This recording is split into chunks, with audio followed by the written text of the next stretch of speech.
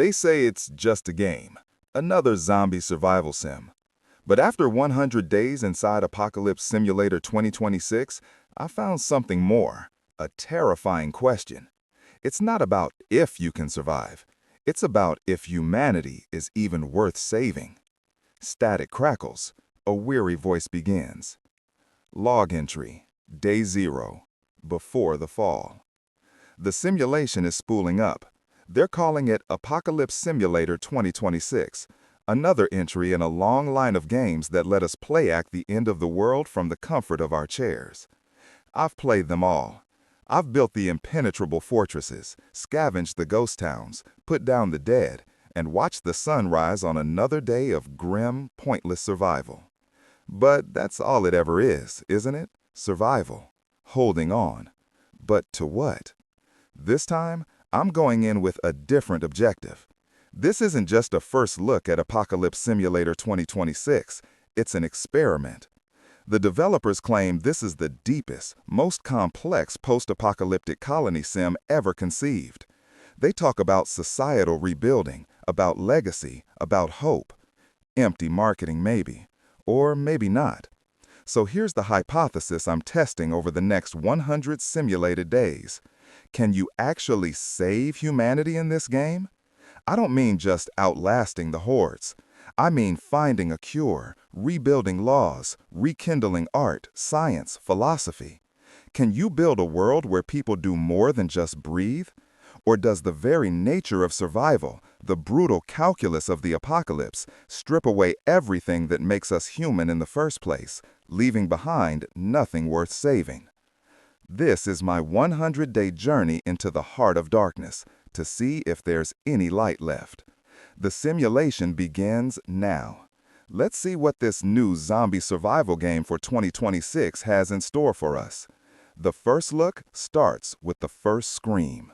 Mine. Log entry, Day 1. The world ended in silence, then noise.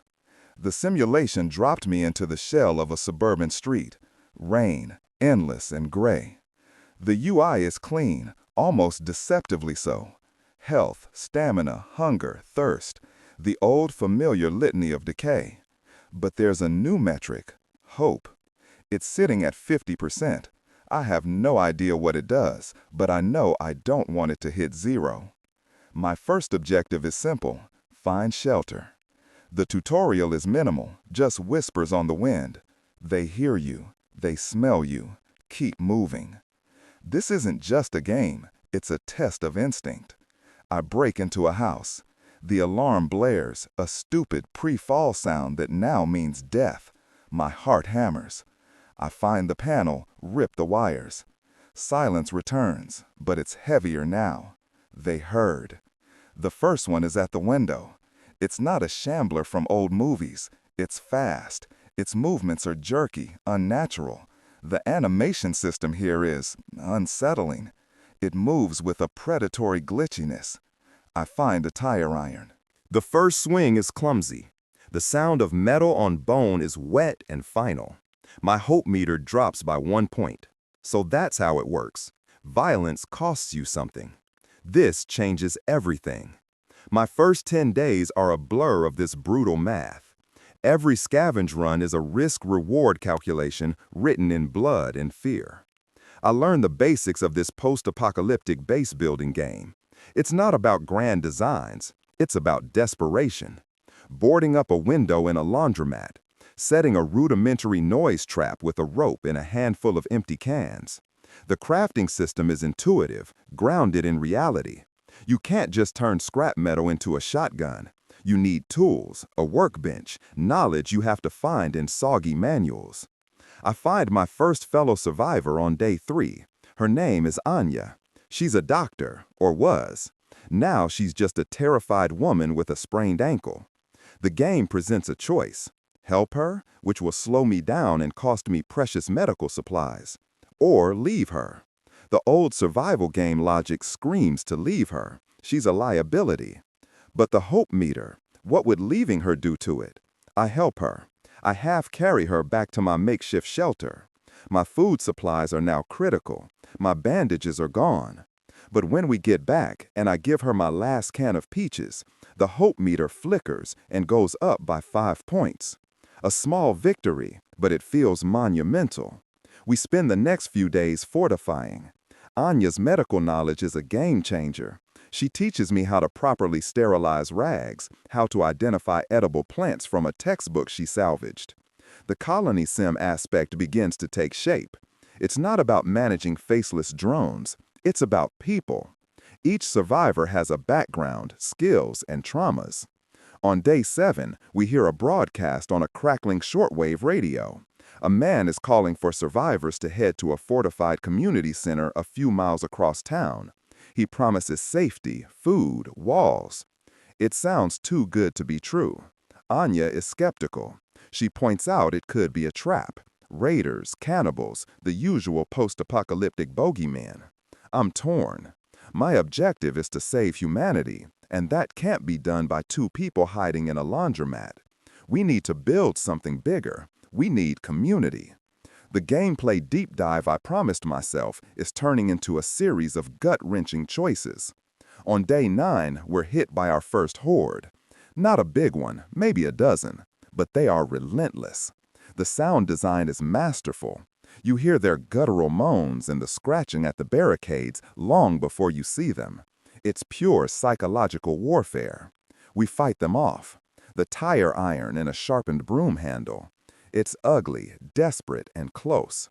We both take damage. We're exhausted. As the sun rises on day 10, we're patching our wounds, the laundromat is a wreck, and our food is nearly gone. The radio crackles to life again. The same man, his voice more desperate now. "Please, is anyone out there?" The choice is clear. We can't stay here. We have to risk it. We have to see if this community is a trap or the first step towards actually rebuilding. The first 10 days were about surviving. The next 20 will be about whether we can learn to live together, or if we just find new ways to die. The scramble is over. The long, hard process of building begins, and I am already so tired. My hope meter is at 58%. It's a start. Log entry, day 11. The journey to the community center was a special kind of hell.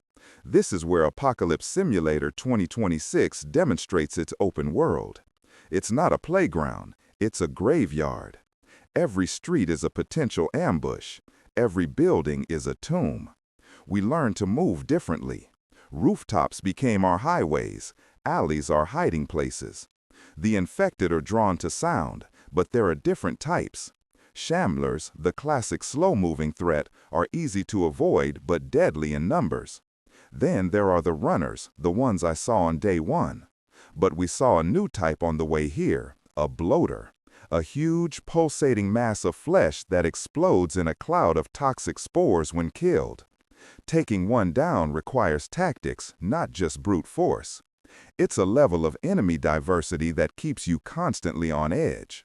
We made it. The community center was real. Walls of junked cars and barbed wire. A man named Marcus met us at the gate. He's the one from the radio.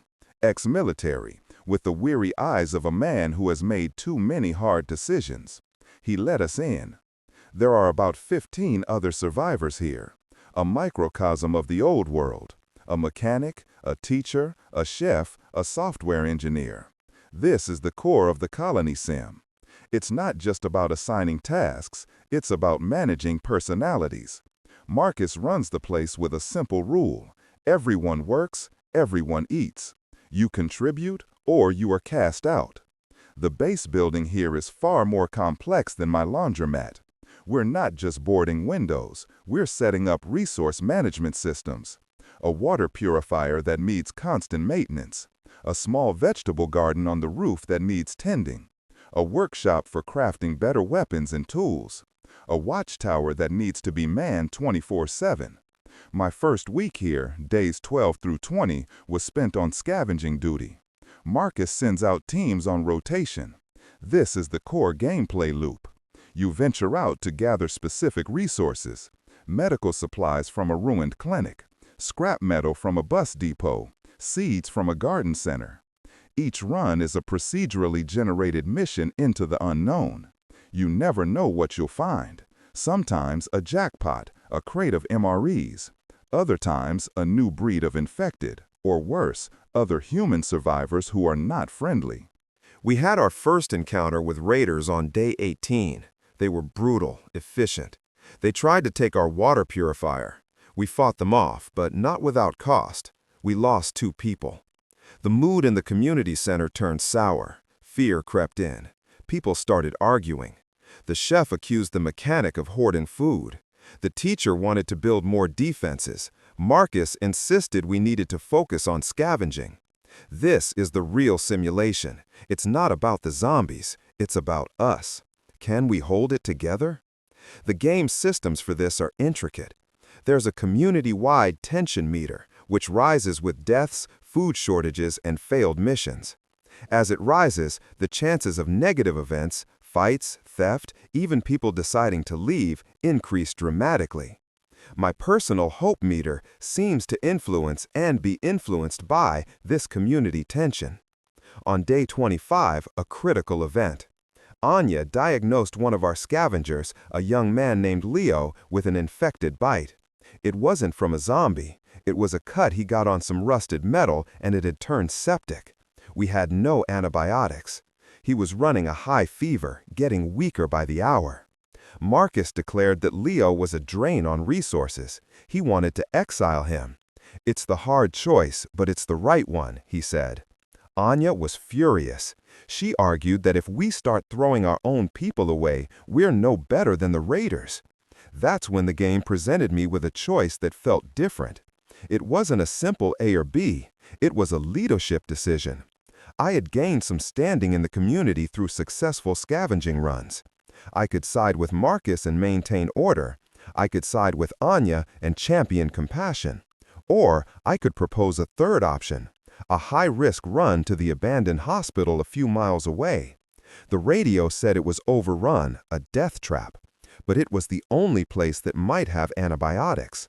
The entire community was looking at me, their trust, their fear, their hopes. What is saving humanity? Is it making the logical choice that ensures the survival of the greater number? Or is it risking everything for one life to prove that we haven't lost our compassion?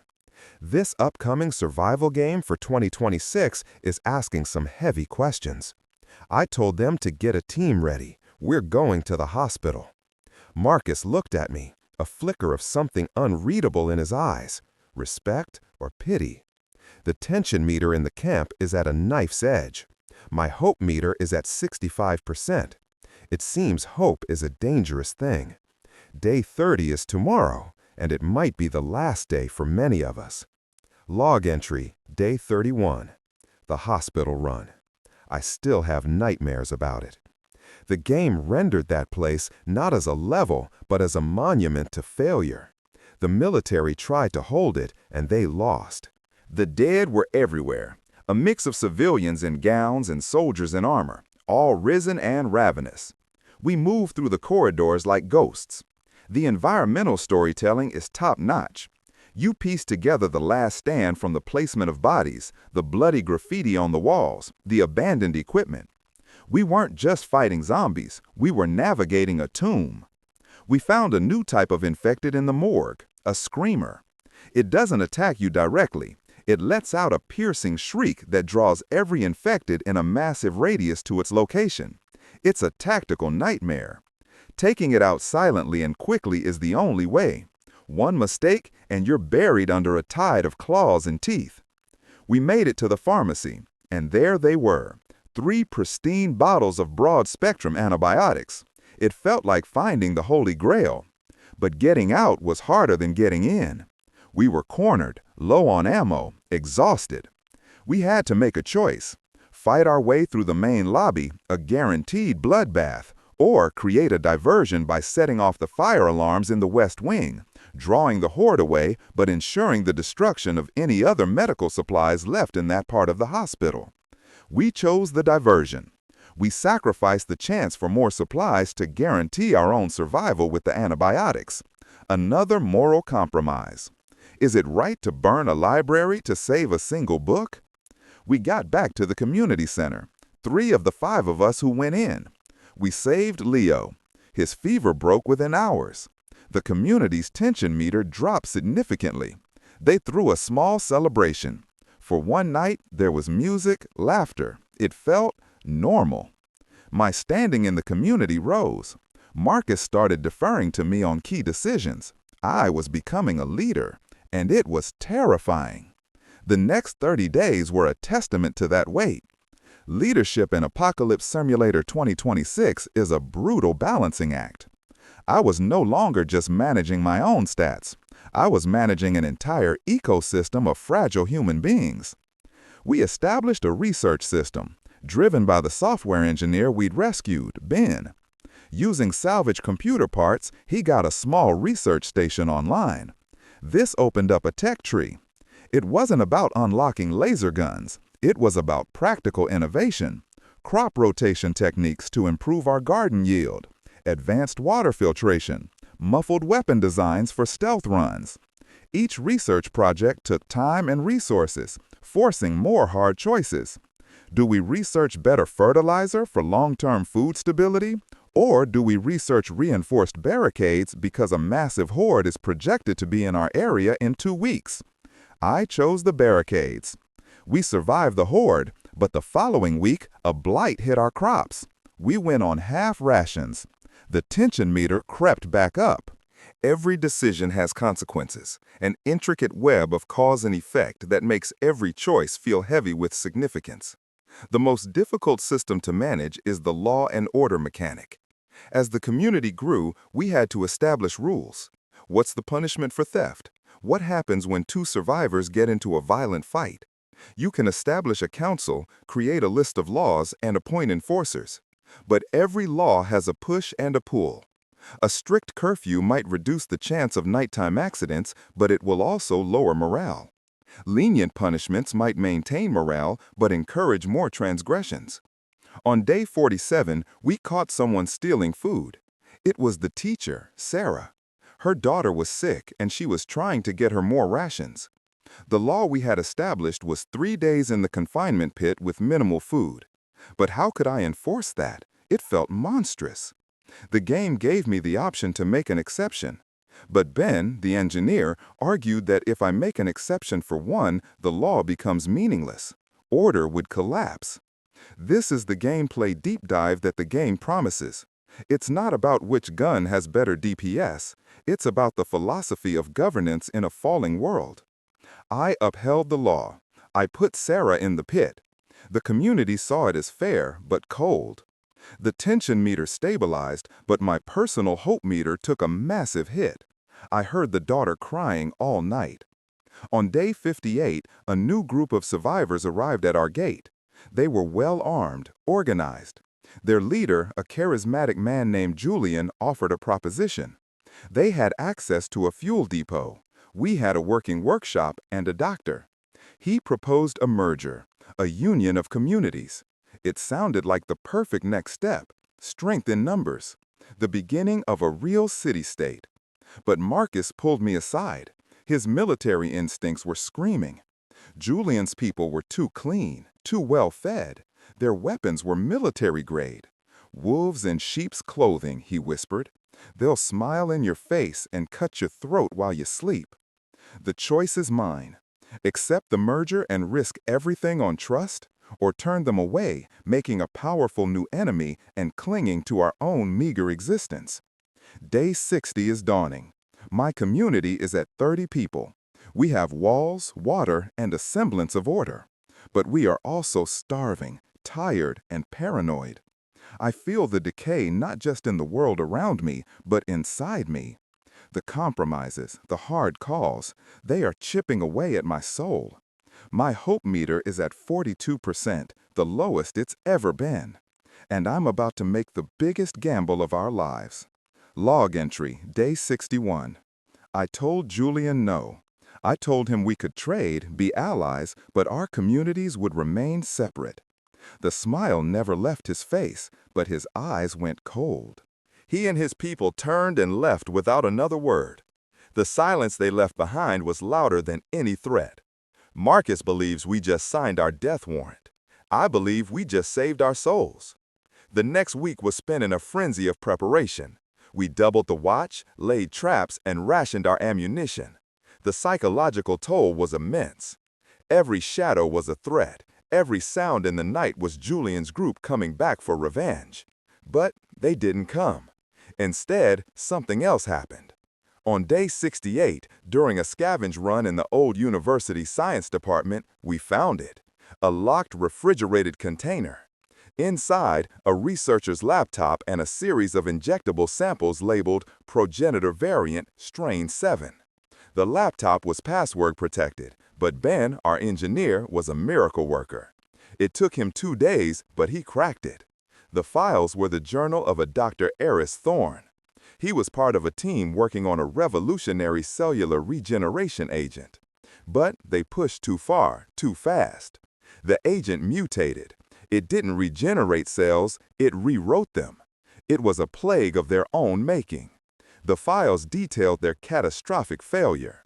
But they also contained hope. Thorne believed the agent had a flaw, an engineered kill switch that could be activated by a specific sequence of retroviral proteins. He was working on that retrovirus when the facility was overrun. He had the components, but not the time to synthesize them. The components were stored in 3 separate biomedical labs across the city. This was it. Not just survival, not just rebuilding, a cure. A real, honest-to-God cure. The ultimate objective in this post-apocalyptic world. The discovery sent a jolt of pure energy through the community. The tension meter plummeted. My hope meter shot up to 80%. We finally had a mission, a purpose beyond just seeing the next sunrise. This is the moment I was looking for, the answer to my question, can you save humanity? The game was telling me yes, but it wasn't going to be easy. The 3 labs were in the most dangerous, high-tier loot zones on the map. One was in the city's quarantine zone, where the outbreak was at its worst and now home to apex-level infected we had only heard rumors about. Another was in a facility now occupied by a heavily armed military remnant, hostile to all outsiders. The third was in a medical center deep inside the territory controlled by Julian's people. The game was forcing me to confront all the major threats it had built up. To get the cure, we would have to go through hell, and then we would have to go through Julian. We spent the next 3 weeks preparing. This was the game's mid to late game progression. We used our research station to develop advanced gear. Scavenging runs were now surgical strikes for specific materials, Kevlar from police vests to make better armor, high-tensile wiring from industrial sites to craft electrified fences, rare chemicals to mix advanced healing salves. We tackled the quarantine zone first. Day 75. It was a vision of hell. The air was thick with spores, requiring us to craft and use filters that degraded over time. The infected here were evolved, hulking brutes that could smash through concrete, and nimble, pack-hunting stalkers that used stealth to separate you from your team. It was a brutal, tactical challenge that required perfect teamwork, communication, and resource management. We barely made it out alive with the first component, but we were victorious. Next, the military base. Day 83. This was a completely different challenge. Not monsters, but men. The soldiers were dug in, using military tactics, flanking maneuvers, and suppressing fire. We couldn't go in guns blazing. This mission was all about stealth and sabotage. We had to sneak in, disable their communications, poison their water supply to create a distraction, and extract the component from their infirmary. It played like a completely different game, a tense stealth action experience. We succeeded, but the moral cost was high. We didn't just kill zombies, we killed other human beings who were likely just as scared and desperate as we were. My hope meter wavered, dropping a few points even in our success. Finally, there was Julian. Day 90. We couldn't risk a direct assault. We had to be smarter. We sent a scout to survey his base. He didn't have walls of junk. He had a fortified town with patrols, checkpoints, and a large captive population of other survivors working for him as slave labor. He wasn't just a raider, he was a tyrant. He was building a new world, but it was one built on fear and subjugation. This was the ideological conflict of the game laid bare. My vision of saving humanity, based on hope, cooperation, and sacrifice, versus his, based on power, order, and control. There was no way to sneak in, no way to fight our way in. But our scout found a weakness: the enslaved workers. They were oppressed, but not broken.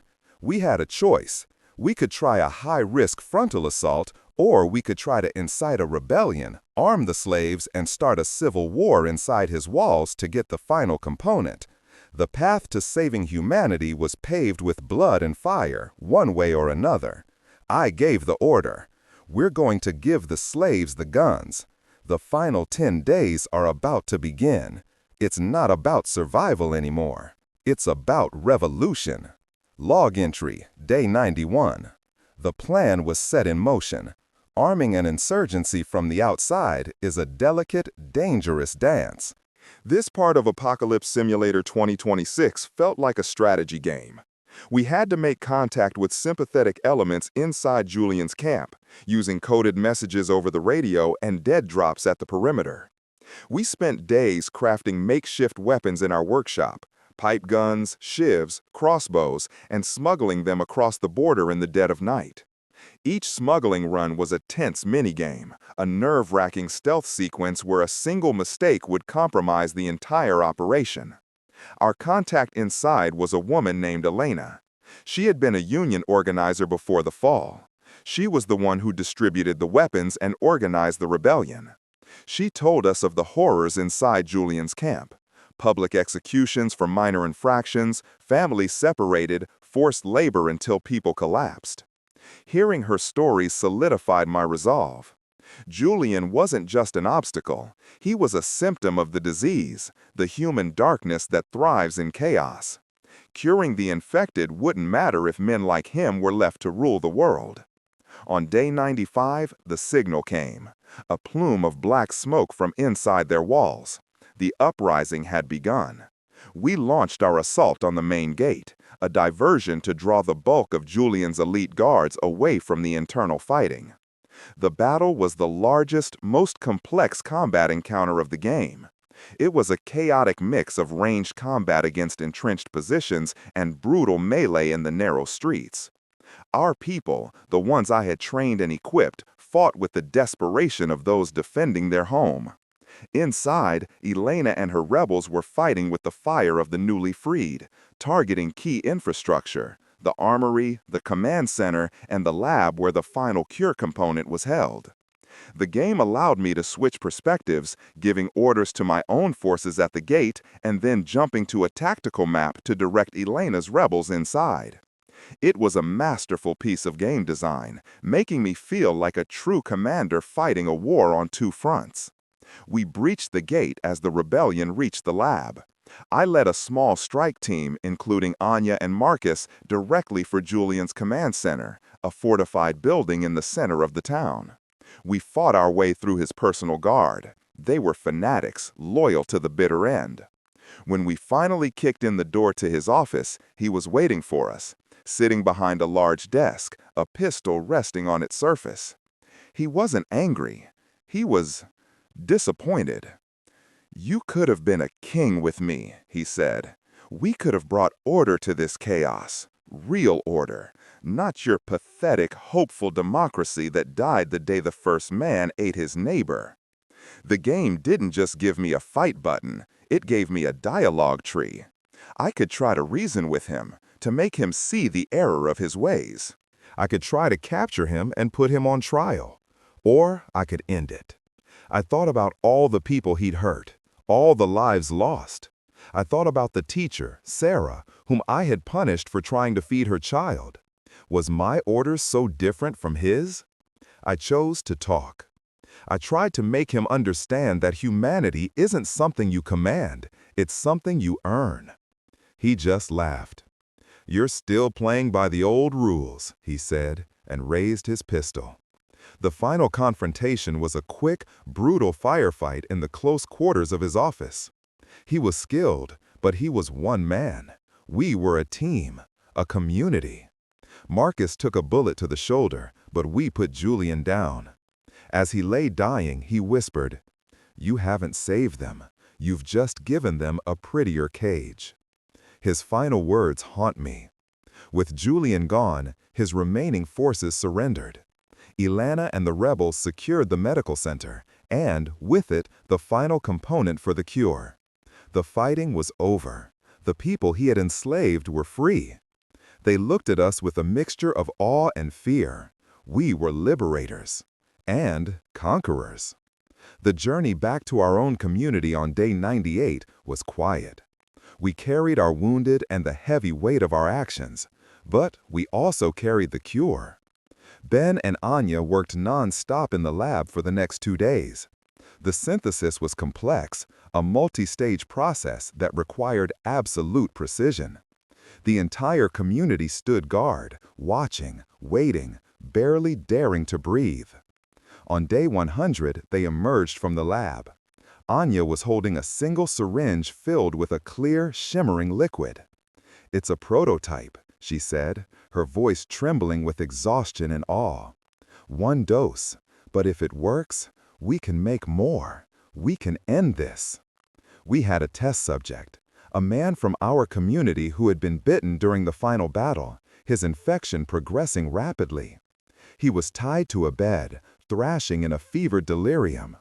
This was the final test, the culmination of 100 days of blood, sweat, and impossible choices. Anya administered the dose. We all held our breath. For a moment, nothing happened.